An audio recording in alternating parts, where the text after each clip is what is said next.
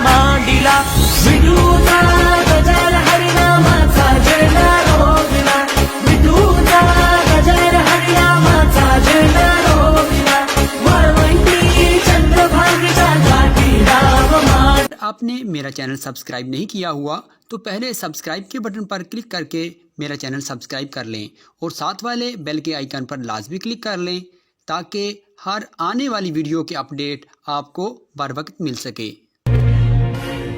तर तुम्ही म्हणायला लागले आम्ही वैकुंठातले, मग या वैकुंठामध्ये जन्म घेण्यामागचं प्रयोजन काय आहे? तुकोबारामध्ये काहीच नाही, फक्त एकच उद्देश आहे, उपकारासाठी केले हे उपाय येणे विन काय चारामा। माऊलीसाठी एकदा जोडून टाळलं, जसा प्रमाणाचा भाव असेल तशी चाल दिली पाहिजे, गोड एकदम जसा प्रमाणाचा भाव आहे तशी चाल। तुकोबाराय म्हणाले आम्ही या ठिकाणी फक्त उपकार करण्यासाठी आलो, बाकी आम्हाला काही घेणं देणं नाही। शब्द बघा कसे वापरले, एने विन काय चाड आम्हा, चाड म्हणजे काम, याच्या व्यतिरिक्त आम्हाला काही सुद्धा कामधंदा नाही।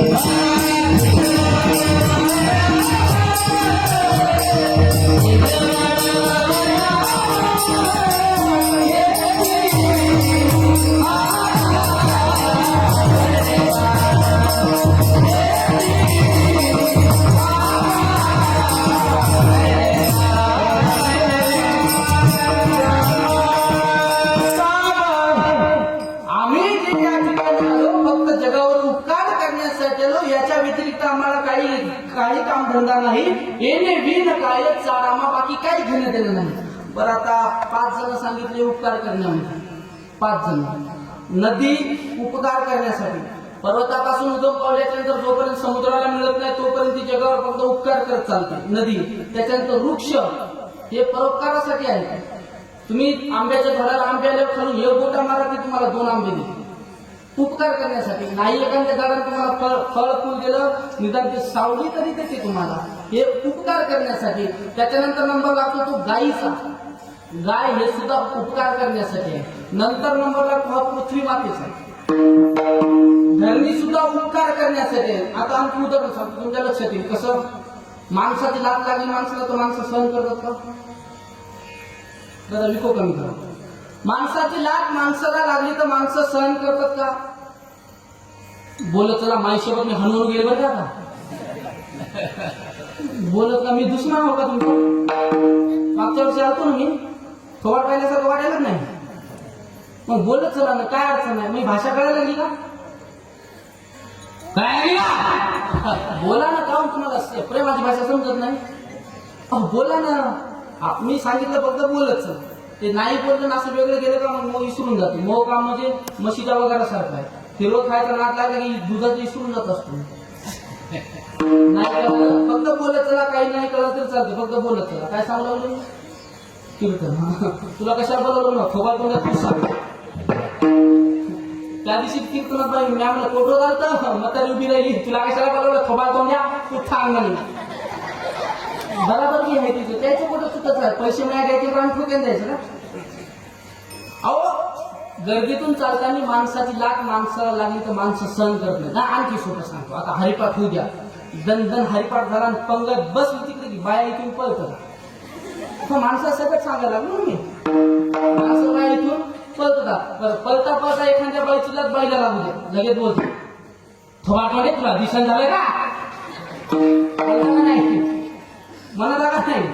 म्हणजे माणसाची लाट माणसाला लागली तर माणसं सहन करत नाहीत. आम्ही वयाच्या 85 वर्षापर्यंत जोडे घालून पृथ्वी तुडवली, एकही दिवस रागावली नाही. का? परोपकार करीत राहणं हा पृथ्वीचा धर्म आहे. पृथ्वीचा धर्म हा जगावर उपकार करणं आहे. आणि त्याच्यानंतर नंबर लागतो तो संतांचा, जगाच्या कल्याणा संतांच्या विभूती आणि देह कष्टरीती परोपकार. किंवा ज्ञानोबाच्या भाषेमध्ये बघा, ज्ञानोबा म्हणतात देखे प्राप्तार्थ जरी झाले निष्ठा मता पावले सुद्धा कर्तव्याशी उरले लोका लागली. ज्ञानोबा म्हणतात जगांसाठी ज्यांचं जीवन आहे त्यांना संत म्हणतात किंवा त्यांना अधिकारी म्हणतात. आणखी सोप्या भाषेमध्ये सांगतो, जे जगासाठी जगतात त्यांना अधिकारी म्हणतात, जे स्वतःसाठी जगतात त्यांना भ्रष्टाचारी म्हणतात. अहो, माणसाचं जीवन हे समाजासाठी असलं पाहिजे. संत हे उपकार करण्यासाठी आहे. आता दुसरा मुद्दा मानतो, कोणी कोणावर उपकार करते, काहीतरी संबंध पाहिजे का नाही? संबंध पाहिजे ना. आता मी या ठिकाणी काहीतरी संबंध आहे ना, संबंध आहे. नाही देताना मला सप्ते आडवे लागले नाही का? तिथं काऊन गेलो नाही मी? त्यांचा माझा काही संबंध नाही म्हणून मातीला जाणं चांगलं का वाईट? तेव्हा बोलत लागल्या. हा, मातीला जाणं कसं? पोरं तुम्ही तरी बोला, पोरं मातीला जाणं चांगलं तिकून म्हटलं वाटते. मातीला जाणं चांगलं, मातीला गेलंच पाहिजे, कारण या जीवनातली त्या व्यक्तीची शेवटची भेट आहे. समजा आता तुम्ही कोसमेट वरून हिमायतनगरकडे मातीसाठी निघाले, जाताना तुम्हाला मडे आडवे जात नाहीत का?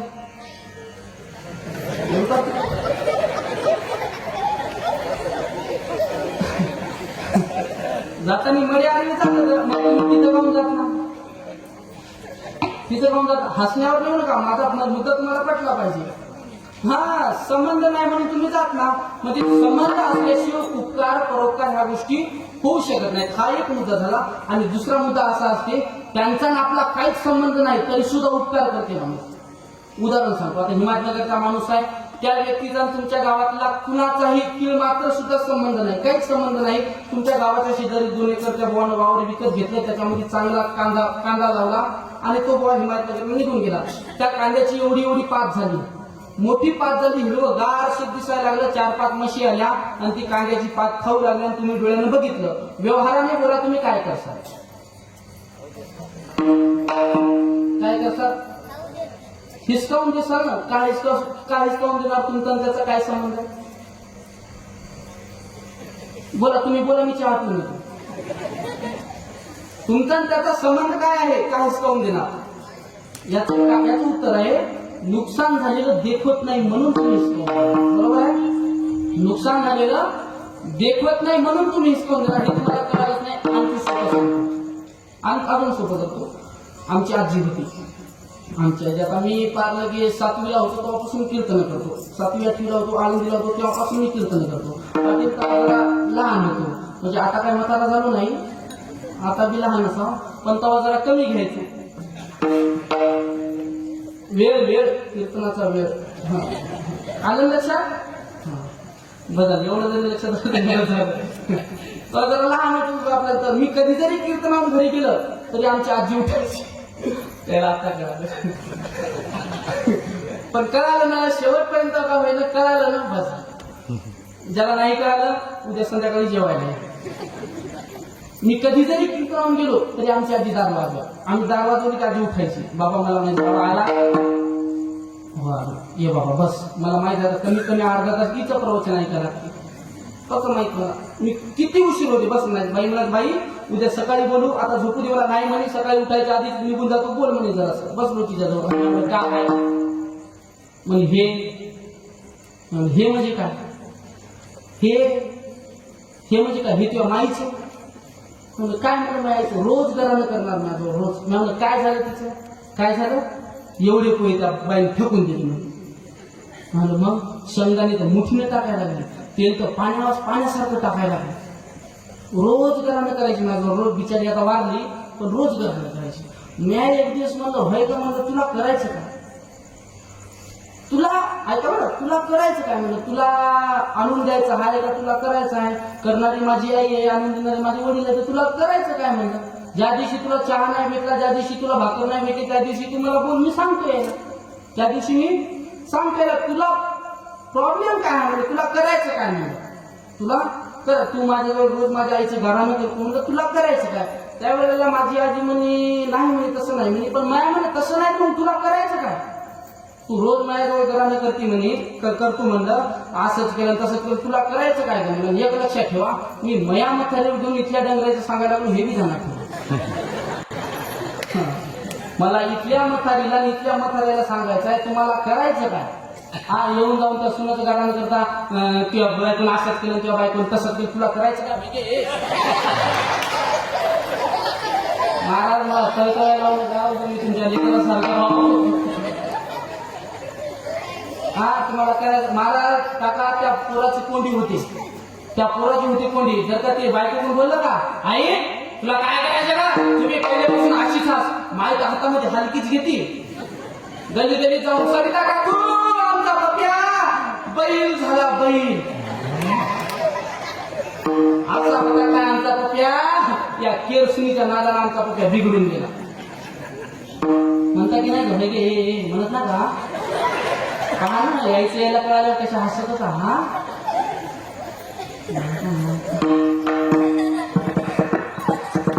नाही हसण्यावर येऊ नका. जाणकार माणसाने सांगा माझं चुकीचं आहे का? चुकीचं आहे का? तुमच्याकडून बोलायला लागलो चुकीचं आहे का? बरं म्हाताऱ्यांनी तुम्ही सांगा माझं चुकीचं आहे का? सुना किती खुश झाल्या पहा ना. सुना पाटील यो मला दरवर्षी बघितला.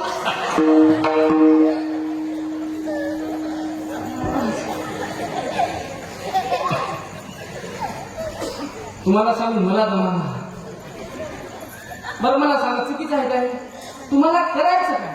तुम्हाला हा माझा मुद्दा एका पुढे आहे बघा. मी माझ्या आजीला म्हणलं तुला करायचं काय म्हणलं, तुला चहा भाकर नाही भेटला त्या दिवशी तू मला बोल.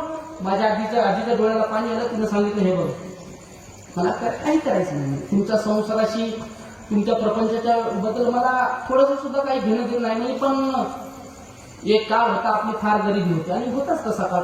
एक काळ होता आपली फार गरिबी होती. आता तुमच्याकडे पैसा आला म्हणजे ज्या वेळेला तुला आळंदीला शिकायला जाण्याचं मला बोल लागली. ज्या दिवशी तुला आळंदीला शिकायला जायचं होतं त्या दिवशी घरची बाजरी विकून हरभरा विकून मी तुला जाण्यासाठी 500 रुपये दिले.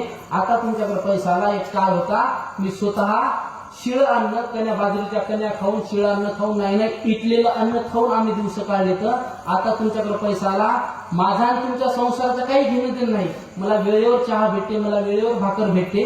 माझा आणि तुमच्या संसाराचं काहीच घेणं देणं नाही. पण वाटोळ झालेलं मला माझ्या डोळ्यानं देखवत माझा मुद्दा लक्षात. वाटोळ जशी आमची आजी म्हणाली वाटोळ झालेलं मला माझ्या डोळ्यानं देखवत नाही. मग लोकांनी तुकोबारांना प्रश्न केला, तुकोबारा तुम्ही म्हणायला लागले या ठिकाणी उपकार करण्यासाठी आले, पण लोकांचा तुमचा अर्थार्थी काय संबंध आहे? तुकोबारा म्हणाले लोकांचा माझा अर्थार्थी काही संबंध नाही, पण वाटोळ झालेलं मला माझ्या डोळ्यानं बघू वाटत नाही.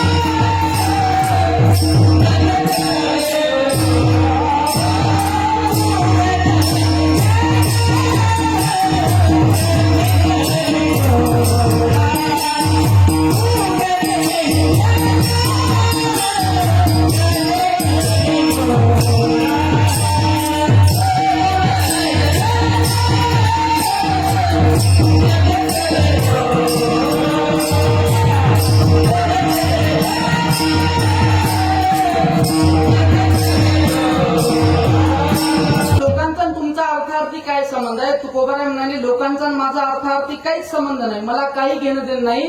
फक्त एवढाच संबंध आहे, वा मार्गाला चाललेला समाज मला माझ्या डोळ्यानं बघू वाटत नाही, बुडत हे जन न देखवे डोळा.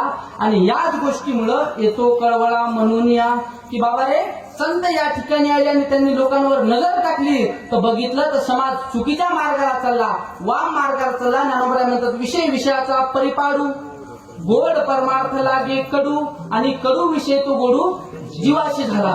ज्ञानोबा म्हणतात संतांनी जगावर नजर टाकली तर बघितलं जग चुकीच्या मार्गाला लागलं, परमार्थ करायचं सोडून दिलं आणि आपलं सर्व आयुष्य पैसा कमवण्यामध्ये घातलं. सर्व आयुष्य पैशाच्या मागे लागलो, या विचाराच्या मागे लागलो, नाही त्या गोष्टी कमवायच्या मागे लागलो. आणि एक गोष्ट आणखी लक्ष देऊ नये का, जेवढे लोक पैशाच्या मागे लागले सगळे बरबाद झाले. तुम्ही मला मग तू का मराय बोंबलं भिडायला का, आहे का नाही? परंतु अनितीनं मिळवलेला जो पैसा आहे तोच माणसाला दुःख देतो. आणि काही श्रीमंत लोकांना फार अशी घमंड असते की आमच्या जवळ पैसा भरपूर आहे, असते ना. एक गोष्ट लक्षात ठेवा, दौलत से आदमी को जो सम्मान मिलता है वो उसका नहीं, उसकी दौलत का होता है. अहो, पैशानं तुम्हाला जी किंमत मिळते दादा, ती तुमची किंमत नसते, तुमच्या जवळच्या पैशाची किंमत असते. संपू द्या तुमच्या जवळचा पैसा, कोण विचारते तुम्हाला? तुकोबाई म्हणतात जवळवरी चलनगा तवरी म्हणती माझा, मानिती लहान थोर देह सुखाची आकाजा. जोपर्यंत तुमच्याजवळ पैसा आहे लोक तोपर्यंत तुमची किंमत करतात, पैसा संपल्याच्या नंतर तुम्हाला कुत्र सुद्धा विचारत नाही. म्हणून आयुष्यभर पैसा कमवण्यापेक्षा माणसं कमवायला शिका, परमार्थ करायला शिका. आपण परमार्थ करण्यासाठी आलो, संतांनी नजर टाकली, लोक चुकीच्या मार्गाला चालले. आणि याच्यासाठीच आम्ही या ठिकाणी आलो की चुकीच्या मार्गाला चाललेले लोक आम्हाला आमच्या डोळ्यानं बघू वाटत नाही, बुडत हे जन न देखवे डोळा. आणि याच्यामुळे येतो कळवळा म्हणून या 3 मुद्दे बघू या ठिकाणी सुद्धा आपण. संतांना समाजाची लोकांची अधोगती कधीच सहन होत नाही. कुत्र्याला गती सहन होत नसते. कुत्र पाहिलं का आता गेलेलं, त्या बिचाऱ्याने त्याची जागा धरून ठेवली, त्या बिचाऱ्याने त्याची जागा धरून ठेवली. नो आता सगळेच लोक कीर्तनाला आले का गावातले? काही गरीबी असतील ते दुसऱ्या टोळीचे असतात, ती इथे येऊन म्हणतात, एखादा येते त्याच्यातलं वाट्यावर, कस काय रे त्या पोराचं कीर्तन होतं, कोणी होतं का? कुत्र नव्हतं, कुत्र येऊन गेलं, तूच नव्हता. कळालं नाही? नसल कळालं तर तुम्ही फाशा घ्या, आता मी घेत नाही. कळालं ना? म्हणजे मी काय सांगणार याच्या गेलं झालं. हा, कुत्र्याला गती सहन होत नाही, अजिबात नाही. रात्री मोटरसायकल त्याच्या जवळून जोरात पळवायची, कुत्रं मागं लागते का? कुत्र्याला गती सहन होत नाही. माणसाला बापू प्रगती सहन होत नाही, कधीच नाही, देखवतच नाही दुसरं चांगलं झालेलं. एखाद्याने बंगला बांधू द्या, आम्ही कौतुकाने म्हणतो वा काय बंगला बांधला, लोकांचे मडके मोडून बांधला. तू मोडून पाय ना, तुला जमतात का बघ की. सोपा आहे का? मोठ्या माणसाला कधीच नाव ठेवायचं नाही, त्याच्या पाठीमागचा संघर्ष बघायचा असतो. आणि एकमेकांवर जळण्यापेक्षा तुम्ही स्पर्धा करा. माझं तर स्वतंत्र मत आहे, तुम्ही एकमेकांवर जळण्यापेक्षा स्पर्धा करा. एखादा व्यक्ती एकरामध्ये 60 टन ऊस घेत असेल तर तुम्ही 70 करा ना. काय टाकायचं ते टाका, खत टाका, काही करा, 70 करा. किती क्विंटल किती होते हळद एकरी? मैं केली नाही शेती, मैं आवत का हल्ले मी हेच. सोयाबीन समजा 12 क्विंटल होत असेल, 15 करा ना. एकमेकांवर जळण्यापेक्षा तुम्ही स्पर्धा करा. त्याच्यापैकी एखाद्या मुलाला 90% मार्क पडले तर दुसऱ्यानं 92 कसे पडतात हे बघायचं. त्याची सायकल कशाला पंक्चर करायची. पण आपल्या लोकांना दुसऱ्याचं चांगलं झालेलं अजिबात देखवत नाही, कसंच देखवत नाही. उदाहरण सांगतो तुमच्या लक्षात येईल. आणि पण लक्षात ठेवा, दुसऱ्याचं वाईट होईल असा विचार जरी केला आपण, आता म्हणतो ना याचं वाटोळ व्हायला पाहिजे, आधी आपली कुपाटी लागत असते. 100% आधी आपली कुपाटी लागणार. दुसऱ्यासाठी खणलेला जो खड्डा राहतो त्याच्यामध्ये सुरुवातीला आपण पडण्याचे 99% चान्सेस असतात. म्हणून कधी दुसऱ्याचं वाईट होईल असा विचार करायचा नाही. आणि जर का केलाच 100% आधी आपली देव कुपाटी लावणार आहे. 100%. मी उमरखेला राहत असतो, जास्त गावात राहत नाही, किंमतच नाही ना.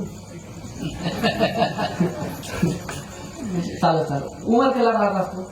सकाळी एक जण आलो, सकाळी खालून जावा तेव्हा त्या मित्राला, महाराज आहे का महाराज? ते आलं नाही. तो दादा कोणीतरी आलं ना, अरे तुरेच बोलायला लागलो. मी म्हणलं नक्की गावातला असं. येरी आपल्याला कोणी अरे तुरी बोलत नाही, म्हणून नक्की गावातला असं. मी बघितलं दादा होता आमचा. मी म्हणलं दादा सकाळी कसं काय का?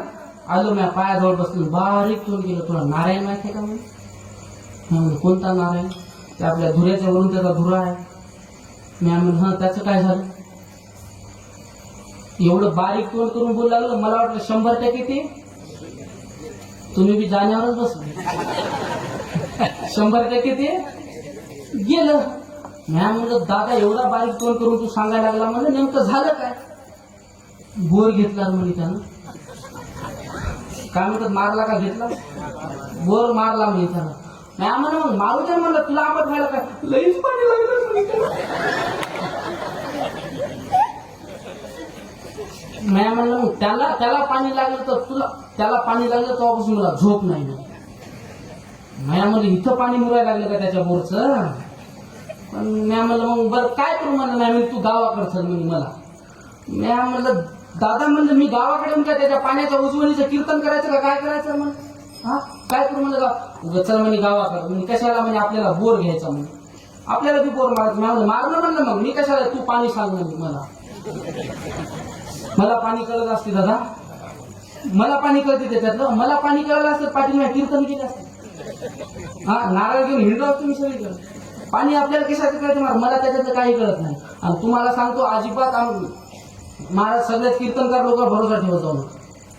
तसा मी तर 2 नंबर आपला दुसऱ्या दिवसाचा सहजासहजी भरोसा ठेवत नाही माझा. आम्हाला त्याच्यातलं काही कळत नाही. आणि लोक आम्हालाच प्रश्न विचारतात, खाऊन विचारतात माहिती आहे का, मग वजनच पडत नाही काका, मग वजनच पडत नाही. महाराज कसा पाहिजे?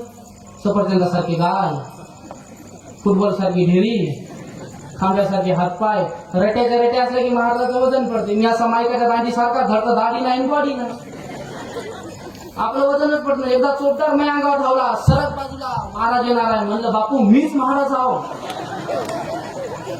काय करता, आपलं वजनच पडत नाही. आपलं वजन कीर्तन झाल्यावर पडते. म्हणून मला काही बी प्रश्न विचारतात, काही बी त्याच्या मनात आले ते सहजात आठवलं सांगतो. कीर्तन झालं बसलो होतो खाली, दादा बसलो खाली, एक माणूस आला. मला म्हणून बाबा जेहरी. म्हणलं जेहरी 200 रुपये घ्या. धरले खिशात टाकले. म्हणजे आमची मंडळी आहे. मंडळी कळती मंडळी बायको बारदाना आता कळाला. काय बी म्हणतो बायकोला. लोक सगळं बिघडून गेले, बायकोला पिलू म्हणायला लागले.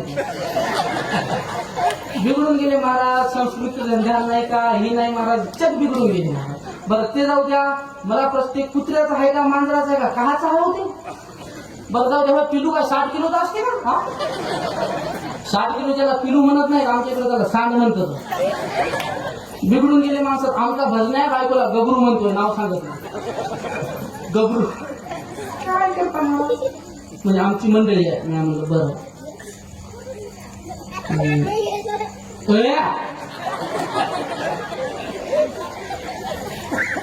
पाया पडलं. जे हरी महाराज म्हणलं जे हरी 200 रुपये घ्या. म्हणलं द्या. म्हणजे आमची बायको आहे. म्हणलं बरं गरोदर आहे. म्हणलं बरं तुम्हाला 200 दिले. म्हणलं हो. म्हणलं सांगा म्हणजे मग पोरग होईल का पोरगी? मला कळत असते दादा ते, मला कळते. नंतर माझ्या लक्षात आलं काका 200 सोनोग्राफीचे होतं म्हणून. पण नंतर करून उपयोग काय आहे? आता मी म्हणलं खिशात टाकले, मला बाहेर काढू वाटत नाही. आता मी म्हणलं नाही सांगावं तर पैसे वापस घेते, येत आहे. आणि ते कोणाला कळते माहिती आहे का? आपल्याला त्याच्यात काही कळत नाही. ते कोणाला कळते, जुन्या काळामध्ये माणसं भगवे कपडे घालून यायचे गावात जुन्या काळामध्ये. आणि मग त्याच्या ते स्वर, त्याची ती चालले भर राहते. आणि मच्छिंद्रनाथ गोरक्षनाथ बाबा जन्मले उकंड्यात वांग वांग वांग वांग. त्याला करत येते त्याला आपल्या मला त्याचं काहीच कळत नाही. मग ते लय भारी बोलत होतं. मग आपल्या बाया सुपात धान्य देणार, बाबा चहा घ्या, बाबा धान्य घ्या. बाबा कोणाचं घेत नाहीत ना. अंगाला राख लावली, बैरागी घालून आपण त्यातला भिक्षा मागण्यासाठी हिंडत नाही. बाबा गांधापूरला चालला. मनातली गोष्ट तुला सांगतो, काळा कपडा कधी घालू नको. आमुषेला पौर्णिमेला कमरत दुखतं तुझ्या. लग्न झालं तेव्हापासून तू नवऱ्याचं पटत नाही. बाई म्हणली मनातलं बोलला. 4-6 वर्ष झाली कोण्या बाईला म्हणते. बाई म्हणते खरं आहे बाबा, चहा घ्या बाबा, दूध घ्या बाबा, कोणाचं काहीच घेत नाहीत माय. तुला द्यायचं असेल तर 4-5 किलो तांदूळ दे बाबा, आता नदीकडे चालले. कशाला मनात मासवळ भूत घेतलं का सगळं तेवढं तरी म्हणा, तेवढं तरी म्हणा. त्याला कळतं महाराज, आपल्याला त्याच्यातलं काय कळायला संदीप बुवा. आणि मला सांगा, मला जर का ते कळायला असतं तर मी कीर्तन बंद केली असते. सुरदा नारळ 200 पोरग, नारळ 200 पोरग, 200 पोरग 100 ला पोरगी, 200 पोरग 100 ला पोरगी.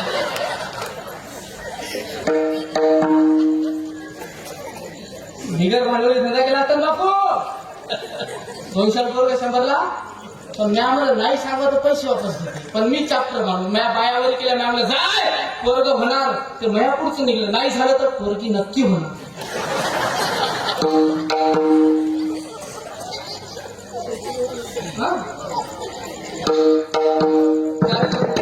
हसा हसा काही बायाला हसताच नाही, ते अशा हसायला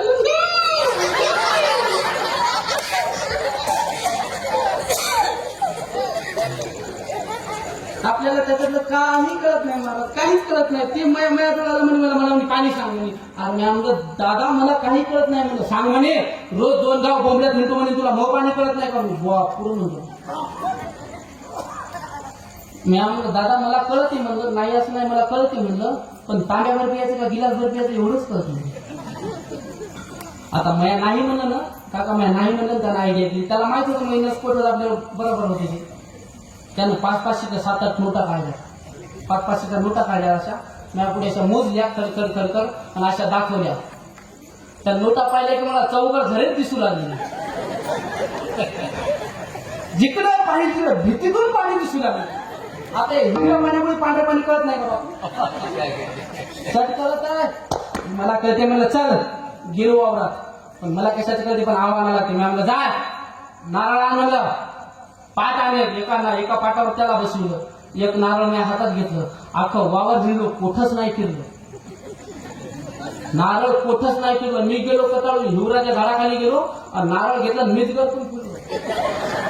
नारळ का असं फिरते, मीच गरतून फिरलो. मी आम्हाला मस्त पॉईंट आहे मला हान म्हणली तर बोर ते म्हणे पण ते नंतर म्हणे एक ध्यानात ठेव म्हणे, नारायण दादाचा झरा आपल्या झऱ्याला आला पाहिजे म्हणून हे ध्यानात ठेव.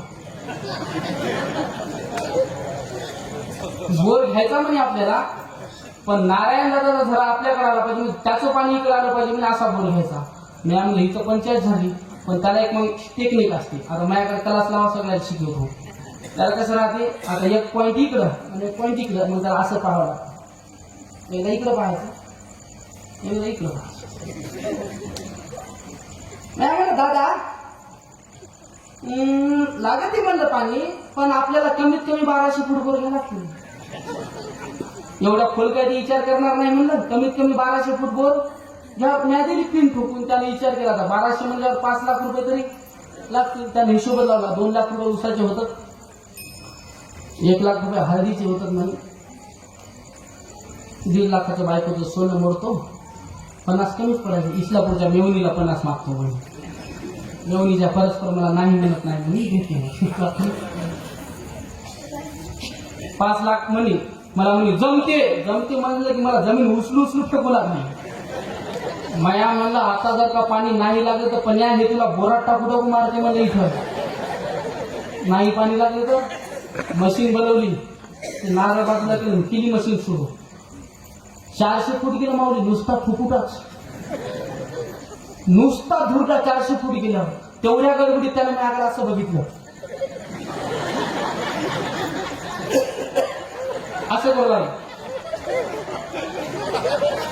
मी बी चॅप्टर मी त्याला असं केलं.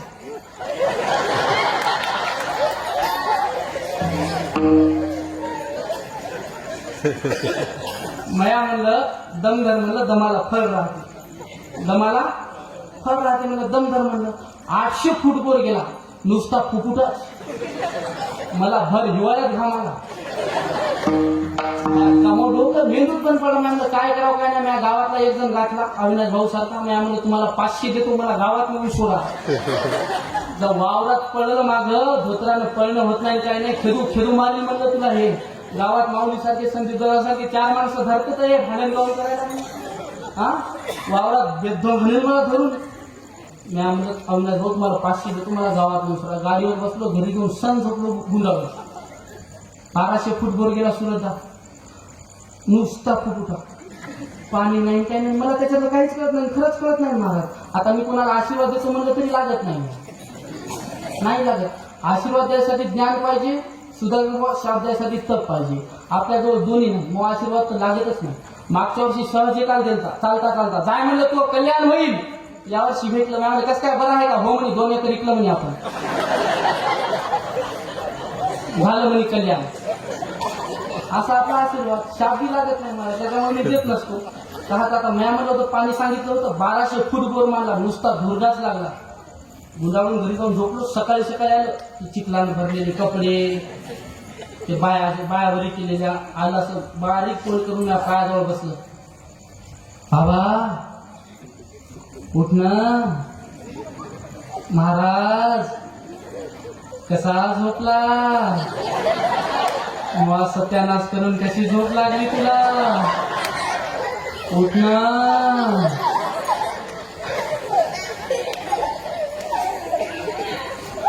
मी अशी रट केली. मी म्हणलं बघू द्या उजड आहे का, उजड म्हणलं हाय तर माणसं धराय भांडायला लागली तर.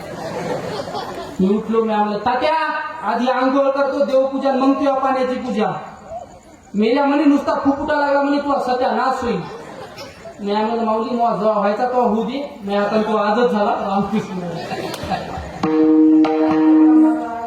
मनामध्ये जरी आला विचार दुसऱ्यात हसायला का बापूच होतो काय. मनामध्ये जरी विचार आला दुसऱ्याचं वाईट होईल असा विचार जरी केला तरी आधी आपली कुपाटी लागते. इथं सुट्टी कोणालाच नाही. ज्यानं कर्म चुकीचे केलं त्याला फळ भोगायचं आहे. जैसे ज्याचे कर्म तैसे फळ देतो ईश्वर. आणि सत्कार्यामध्ये तर कधीच विरोध करायचा नाही. सत्कार्यामध्ये तर कधीच विरोध करायचा नाही. आता तुम्ही या ठिकाणी सत्ता चालू आहे, तुम्हाला जर का काही देणं होत असेल तर द्या, नाही तर देऊ नका, काही अडचण नाही. पण या ठिकाणी जर का विरोध करायचा प्रयत्न केला, जे माणसं करायला लागले त्याच्यावर जर जळायचा प्रयत्न केला, तर या ठिकाणी मोठ्याचं उदाहरण आहे. भागवतामध्ये सांगितलं, आड आला म्हणून फोडीला डोळ्यान बळीने आंधळा शुक्र केला. बळी राजा ध्यान करू लागला. शुक्राचार्य आडवे आले, त्या धरणीमध्ये जाऊन बसले होते. गवतानं डोळा फुटला शुक्राचार्याचा. सत्कार्यामध्ये कधीच विरोध करायचा नाही. चांगल्या माणसाला सुद्धा विरोध करायचा नाही. विनाकारण दुसऱ्यावर जळायचं नाही. दुसऱ्याचं वाईट होईल विचार केला 100% आधी आपली कुपाटी लागल्याशिवाय राहत नाही. म्हणजे मी हे सांगू लागलो, माणसाला प्रगती सहन होत नाही. देखवतच नाही दुसऱ्याचं चांगलं झालेलं, पण आपल्या अंतकरणामध्ये चुकून सुद्धा पाप येऊ द्यायचं नाही दुसऱ्याबद्दल. आणि संतांना अधोगती सहन होत नाही. कुत्र्याला गती, माणसाला प्रगती, संतांना अधोगती कधीच सहन होत नाही. पण काही लोक तुकोबाराजवळ गेले. तुकोबार आता 2 बोलणारे राहतातच माणसं. आता किती बी चांगलं कीर्तन करू दे इथं महाराज, तिथं गेले की त्याला इशय करत नाही. म्हणतात लोक कुणाला बी नावच ठेवतात. कुणाला बी आता किती बी चांगलं गायन करा त्याला स्वर कळत नाही. किती बी चांगलं वाजवा त्याला ताल कळत नाही. का किती बी चांगलं कीर्तन करा त्याला इशय कळत नाही. मग तुला काय कळत आहे ते सांग, आम्ही सगळे जाऊन सडकावर जीव देतो. कुणाला बी नावं ठेवायची का? विनाकारण कुणालाच नाव ठेवायचं नाही. तुकोबाराच्या काळामध्ये सुद्धा तसे लोक होते. म्हणले काहाचं म्हणले उपकार करण्यासाठी आल्यानं चुकीचं कामं करू नका ना, आम्हाला सहन होत नाही बोलायला लागलं. काहाचं 2-2 बायका केल्या. तुकाराम महाराज 2 बायका ना, 2-2 बायका केल्या म्हणून. तुकोबारा म्हणाले तुम्ही आता मला काही म्हणा, तुम्ही आता मला काही म्हणा, ज्या वेळेला मी निघून जाईल माझ्या कर्माचा हिशोब होईल तेव्हा तर कळलं ना. आणि पक्क ध्यानात ठेवा, प्रत्येक व्यक्तीच्या कर्माचा हिशोब एक दिवस होणार. आपण या ठिकाणावर निघून गेलो प्रत्येकाच्या कर्माचा हिशोब एक ना एक दिवस होणार आहे. प्रत्येकाच्या. आपण निघून गेल्याच्या नंतर आपल्यासोबत आपला पैसा येत नाही, आपली बायको येत नाही, कोणी येत नाही. ज्याचं त्याचं कर्म सोबत येते महाराज, ज्याचं त्याचं. अहो रावणाकडे एवढी श्रीमंती होती, त्याच्यासोबत त्याचं काय आलं? काही झालं नाही. आणि त्याचं एवढं आपल्याजवळ आहे का? आपल्याजवळ काय आहे महाराज? 2 म्हशी, 2-4 एकर जमीन, 2 लेकरं आणि 1 चिपट्या डोळ्याची बायको. याच्यापुढे काय आहे? अहो रावणाकडे किती 80,000 बायका एक सुंदर होत्या, एकदम भारी होत्या. आपल्या बायकासारख्या नव्हत्या. पवाराकडे बाहेरून भिताराकडे चालायचं. चांगल्या बायका त्याच्यासोबत आलं नाही, फक्त त्याचं कर्म त्याच्यासोबत आलं. मग आपल्यासोबत सुद्धा आपलं कर्मच येणार आहे. आता तुमच्या पुढे आता किती वेळ आहे? 15 मिनिटं राहिली आपल्या बाबतीत. 10 मिनिटात सांगतो, 5 मिनिटात बंद करतो. बंद करा वाटायला नाही. थांबा जरा 15 मी वेळेच्या पुढे जात नाही. वेळेमध्ये केलं तरी तेवढंच आहे. म्हणजे थंडी हो थंडी वेळेमध्ये थंडीचं प्रमाण तेवढंच आहे ना. उग वाऱ्या वादनात आता तुमच्यापुढे स्वर्गच उभा करतो. कसा आहे 10 मिनिटं इकडे लक्ष द्या. टाईट बस आता करते मेडे मेडे सावधान जना गाना मान आपसूक 15 ऑगस्टला राहते पण या 15 ऑगस्ट शाळेमध्ये असंच असतं. शाळेतली मजा नाही भरला. जुन्या काळातली शाळा कुठं भरायची? बापूच्या काळातली कुठं भरायची? लिंबाखाली. मास्तरच्या मूडवरची शाळा. मास्तरचा मूड बदलला शर्ट काढायचा खोटी लाटवायचं पोरं जा आता शेगा घेऊन या. होती का नाही शाळा? आता राहिली नाही महाराज. पहिल्या शाळेमध्ये मजाच होती. एक आता आठवलं मास्तर होता शर्ट काढून घालून खुर्चीवर झोपलं बिचारं. योगायोगाने त्या दिवशी कलेक्टर शाळा तपासायला. योगायोगाने त्या दिवशी कलेक्टर शाळा तपासायला आला आणि एक पोरग नेमकं डबा खायसाठी घरी गेलो होते. त्यानं कलेक्टरची गाडी बघितली आणि पळतच आलं गुरुजी गुरुजी गुरुजी गुरुजी गुरुजी. कलेक्टर म्हणत होतं. कलेक्टर दरवाजात आला. हे खुर्चीवर बनेल घालून झोपलं होतं. आता मला सांगा कलेक्टर शाळा तपासायला आला चालू ड्युटीमध्ये खुर्चीवर झोपला. नोकरी जाईल का राहील? पाटील नोकरी जाईल का राहील? 100% जाणार ना. कलेक्टरनं वर्गात पाय टाकल्या बरोबर हे गचकून उभं राहिलं पोराला म्हणजे पोरं याला दंड म्हणतात. याला मनगट म्हणतात पोरं. याला पोट म्हणतात. कलेक्टर नुसता टकटक पावला. कलेक्टर मला गुरुजी लई शाळा तपासल्या पण विद्यार्थ्यांवर एवढं प्रेम कपडे काढून शिकवणारा पहिलाच गुरुजी. या वर्षीचा आदर्श शिक्षक पुरस्कार तुम्हाला आंधळ्याची वरातून बहिण्याच्या घरात. जुनी शाळा महाराज. आता स्वर्ग सांगतो तुमच्या पुढे लक्ष देऊ नाही. इथून आपण गेलो की प्रत्येकाच्या कर्माचा हिशोब होणार आहे. आता देव समजा आता इथं व्यासपीठावर देव बसला वरी देव. उजव्या बाजूला 2 माणसं बसले. त्याचं नाव आहे चित्र आणि गुप्त. चित्रगुप्त समजा दोघं चित्रगुप्त माऊली नाम संजय बुवा चित्रगुप्त. आता इकून एक माणूस आहे मोठाच्या मोठा साखरदांडामध्ये धरून त्याचं नाव यम. यम यम देव तिथं उभा. त्याच्या बाजूला जीव म्हणजे तुम्ही आम्ही. मग तिथं आल्या आल्या जीव म्हणणार राम राम राम राम राम राम या या या. लय लवकर आले. जेव्हा मेवणीच्या लग्नात केलं होतो आणि पुढे आल्यावर धडकिलं. बरं बरं बरं बरं या या. मग ते जीवाची चालणार देवा. मी उजव्या हाताला जाऊ का दक्षिण हाताला? उजव्या हाताकडे स्वर्ग आणि दक्षिण हाताकडे नरक. मग ते म्हणजे थांबाल जरा. मग चित्रगुप्ताला यायचं ना. चित्रगुप्ता यायचं बघा बरं कसं काय आहे ते. मग चित्रगुप्ताजवळ जगाचं भांडवल सगळ्या जगाचं भांडवल आहे. देवानं जन्म देताना 2 व्यक्ती सोबत दिली. इकडे चित्र बसलेलं आहे ते गुप्त. गपचूप फोटो काढतो म्हणून त्याचं नाव चित्रगुप्त.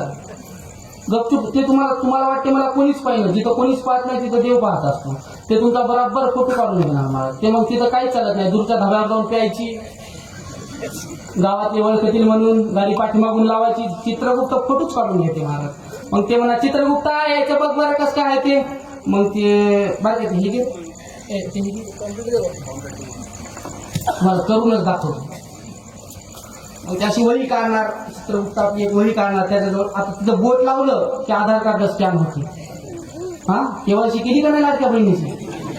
हा प्रत्येकाचं तिथं निघणार आहे. तिथं सगळ्याचा बायोडाटा आहे. मग चित्रगुप्त म्हणणार पोट लावस तू? मी कोसमेटचा आहो. कोसमेटचा आहोस? बरं बरं बरं. मग चित्रगुप्त वही काढणार. त्याला पाहायसाठी वेळ लागणार. भारत देश हे पाकिस्तान दिसायला लागलो. भारत. हा भारत. राज्य कोणतं तू? मी महाराष्ट्रातला. महाराष्ट्र. जिल्हा नांदेड. तालुका किनवट. देवा मी किनवटचा आहो. गाव रे देवा मी कोसमेरचा आहो. कोसमेरचा आहोस? कोसमेरचा. बरं बरं. चित्रगुप्ता बघ बरं देवा चांगलं दिसायला लागलं. सप्त्यात मदत बी होती याची. पट्टी दिलती का? हो देवा पट्टी बी दिलती. हो देवा मस्त दिसायला लागलं. पण तिला रोज जेवायला जायचा झाडून काढायचा. बरं बरं. मग त्याला विचार हो देवा देवा मग सगळं बरोबर आहे. भागवताला देवा बायको जात होती. तुला काय झालं ते? नाही देवा आमचा देव तिच्याकडेच दिलेला. बरं बरं बरं बरं बरं.